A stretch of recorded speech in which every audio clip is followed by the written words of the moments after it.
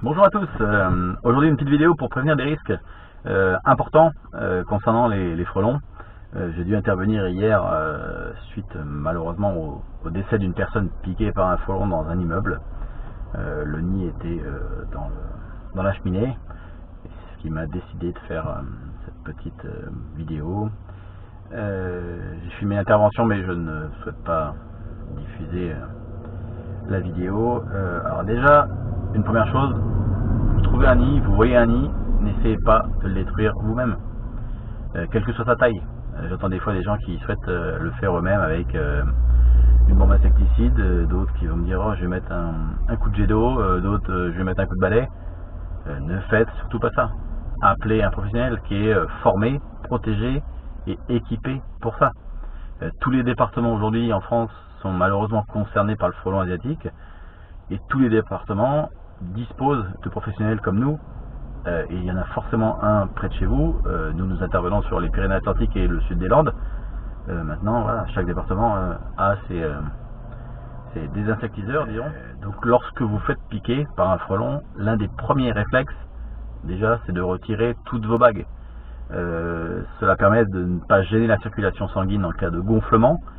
Vous n'avez pas forcément gonflé là où vous avez été piqué. Utilisez-la afin d'ôter une bonne partie du venin de l'endroit où vous avez été piqué.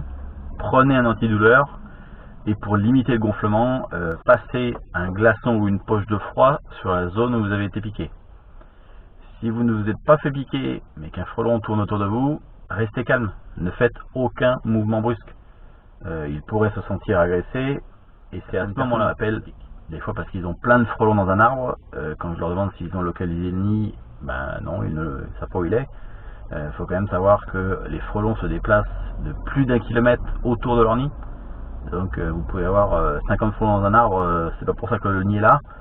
Ils sont attirés par les odeurs sucrées, un arbre fruitier, un figuier par exemple. Comment déceler si vous avez un nid sur votre maison, sur votre terrain?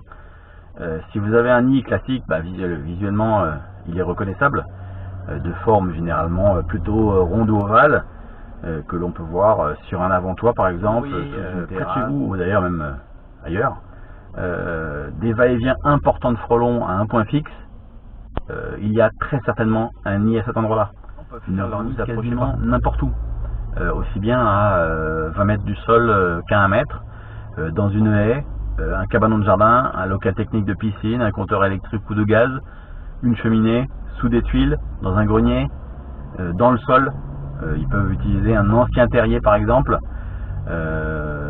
J'ai déjà vu par exemple un nid de frelon dans une valise qui était dans un cabanon de jardin. Donc si vous pensez avoir un nid de frelon, contactez un professionnel et surtout ne vous approchez pas à moins de 4-5 mètres de cet endroit. Les frelons sont dangereux quand on s'approche de leur nid.